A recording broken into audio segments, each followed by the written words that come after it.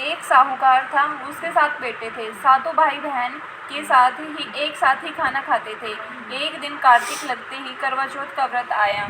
तब सारे भाई बोले कि बहन आओ खाना खाएं। तब बहन बोली कि भाई आज करवा चौथ का व्रत है, चाँद उगने के बाद खाऊंगी। भाई ने सोचा कि बहन भूखी रहेगी, तो एक भाई ने दिया लिया और एक भाई ने छलनी लेकर दीवार की ओट होकर दीवार चास की छलनी ढक दी।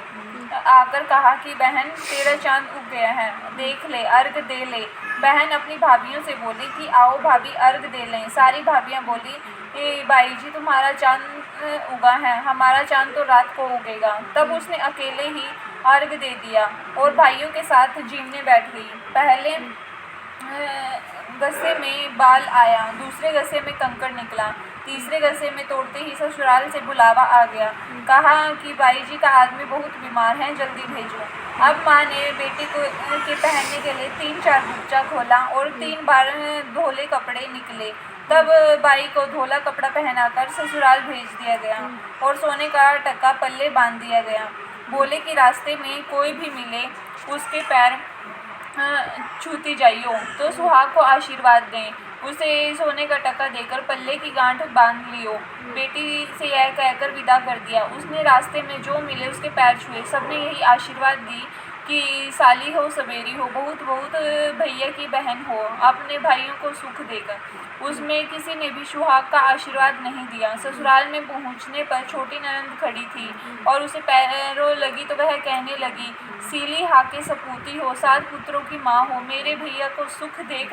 यह सुनकर उसने तभी 7 गांठ बांध ली और सोने का टका ननंद को दे दिया। अंदर गई तो सास ने पीड़ा नहीं बिछाया और बोली ऊपर मरा पड़ा है, वहाँ जाकर बैठ जा।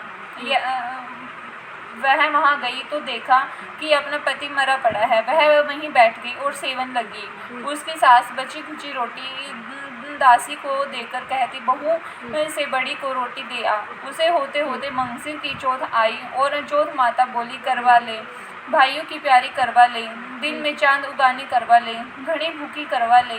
तब वह चौथ माता को देखकर बोली कि माता तुम्ही ने उजाड़ी है, तू ही सुधारोगी, मुझे सुहाग देना पड़ेगा। चौथ माता ने कहा कि पोहो की चौथ आएगी, जो मेरे से बड़ी है, तू उससे वही तुझे सुहाग देगी। इसी तरह पोहो की चौथ माता आकर चली गई, मेघ की फागुन की चौथ आकर चली गई, चैत की बैसाख की, जेठ की शाढ़ की, श्रावण की भादों की, सारी चौथ वही जवाब देती हुई अगली चौथ आएगी, उससे कहियो कि वह तेरा सुहाग देगी। पीछे असेज की चौथ आई। उस चौथ ने कहा कि तेरे पर कार्तिक की चौथ नाराज है, उसी ने तेरा सुहाग लिया है और वही तुझे सुहाग देगी, उसका पैर पकड़कर बैठ जाइयो। और यह कहकर वह चली गई। पीछे कार्तिक चौथ माता आई, गुस्से में बोली, भैया की प्यारी करवा ले, दिन में चांद उगानी करवा ले, घड़ी भुखड़ी करवा ले, व्रत भंडनी करवा ले। तब साहूकार की बेटी पैर पकड़कर बैठ गई और रोने लगी, हाथ जोड़कर बोली, हे चौथ माता, मेरा सुहाग तेरे हाथ में है, तुम्हें देना पड़ेगा। चौथ माता बोली कि छोड़ पापिनी हत्यारिनी, मेरा पग क्यों पकड़ बैठी है। वह बोली कि माता मेरे से ही बिगड़ी हो, अब तुम ही मेरा सुहाग देना पड़ेगा। चौथ माता राजी हो गई और आंख में से काजल निकाला, नाखून में से मेहंदी निकाली, टीके में से रोने निकालकर चिटली उंगली की छींटा दिया। देते ही उसका पति उठ कर बैठ गया और बोला कि बहुत सोया। तब वह बोली कि तुम क्या सोए, मुझे तो 12 महीने हो गए। तब चौथ माता ने सुहाग दिया है। वह बोला कि चौथ माता का उज्जवल कर।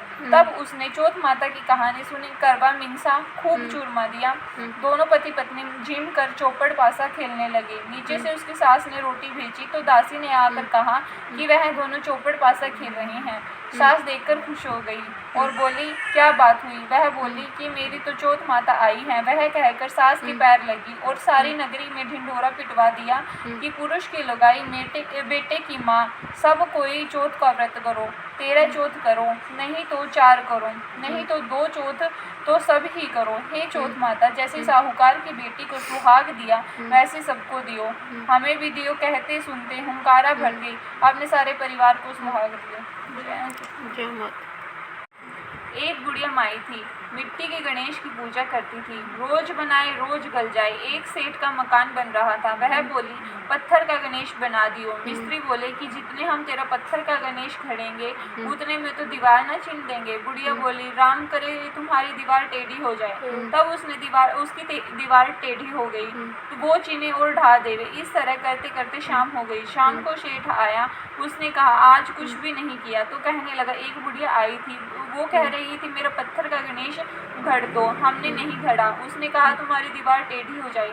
सेठ ने बुढ़िया बुलवाई। सेठ जी ने कहा,